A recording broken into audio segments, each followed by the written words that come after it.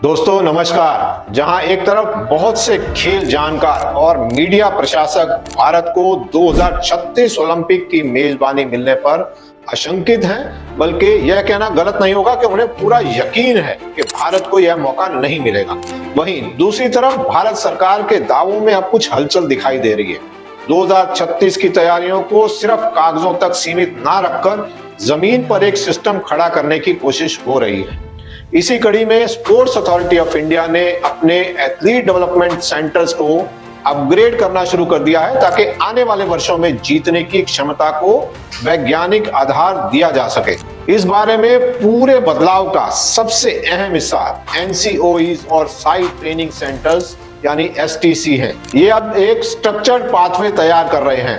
2019 में शुरू हुआ ये एनसीओई मॉडल पूरी तरह खिलाड़ी केंद्रित और कोच संचालित है।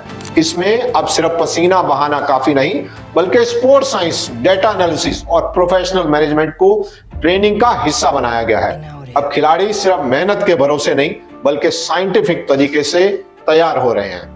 आंकड़ों की बात करें तो एनसीओई में 4000 से ज्यादा एथलीट्स और एसटीसी में करीब 4800 युवा खिलाड़ी ट्रेनिंग ले रहे हैं।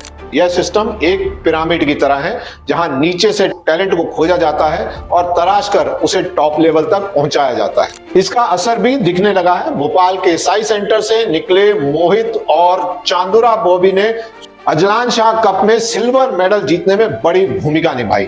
बॉक्सिंग में मीनाक्षी ने वर्ल्ड कप 2025 में गोल्ड जीता, जबकि लवलीना ने 2026 में अपनी ताकत फिर साबित की।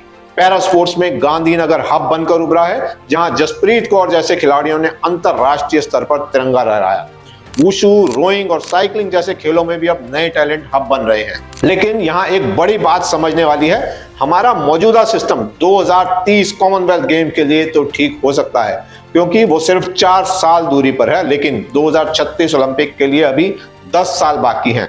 हमें आज यह देखना होगा कि हम किस उम्र के खिलाड़ियों को 2036 के लिए तैयार कर रहे हैं। हमें आज ही संभावित खिलाड़ियों की एक बहुत बड़ी फौज चुननी होगी और समय के साथ उनकी छटनी करनी होगी। इसमें पूरी ईमानदारी बरतनी होगी, ताकि कोई कोच अपने चहेते खिलाड़ी को आगे ना बढ़ाए, बल्कि सिर्फ सही और हकदार खिलाड़ी को ही आगे बढ़ाए। इसके साथ ही हमें कोचों के लिए अभी से इंसेंटिव घोषित करने होंगे, और यह इंसेंटिव सिर्फ नेशनल कोच को नहीं, बल्कि उस ग्रास रूट कोच को भी मिलना चाहिए जिसने उस टैलेंट को पहली बार ढूंढा और शुरुआती दौर में उसे तराशा। अब बात करते हैं कड़वी सच्चाई की। भारत को ओलंपिक में अपना सर्वश्रेष्ठ देने के लिए अब एक बहुत लंबा और कठिन संघर्ष करना पड़ेगा। अभिनव बिंद्रा और लेला गोपीचंद वाली टास्क फोर्स की रिपोर्ट्स धूल फांकने के लिए नहीं है। उन पर काम करना होगा। खेल मंत्रालय और साई की कार्यशैली में बुनियादी बदलाव की बहुत बड़ी जरूरत है। याद रखिए, आईओसी ने हाल ही में भारत को रेड फ्लैग दिखाया है, जो हमारी साख पर एक बड़ा सवालिया निशान है। आईओए को अब सर्कस का रिंग मास्टर बनना छोड़कर अपनी कार्यशैली बदलनी होगी। साथ ही जवाबदेही यानी अकाउंटेबिलिटी तय करनी होगी।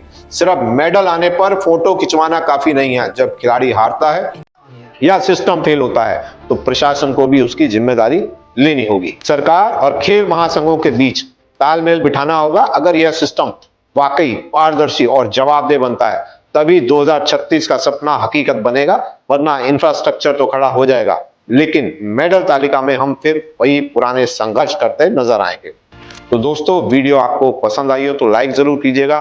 यूट्यूब चैनल जरूर सब्सक्राइब कीजिएगा। जो लोग हमें फेसबुक पर देख रहे हैं, उनसे रिक्वेस्ट है कि वो हमारा पेज जो है वो जरूर फॉलो कीजिएगा और शेयर जरूर कीजिएगा। अगली वीडियो तक के लिए मुझे इजाजत दीजिए। बहुत बहुत शुक्रिया।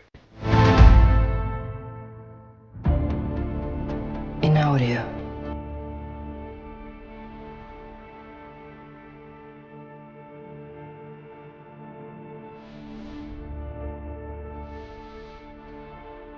In audio.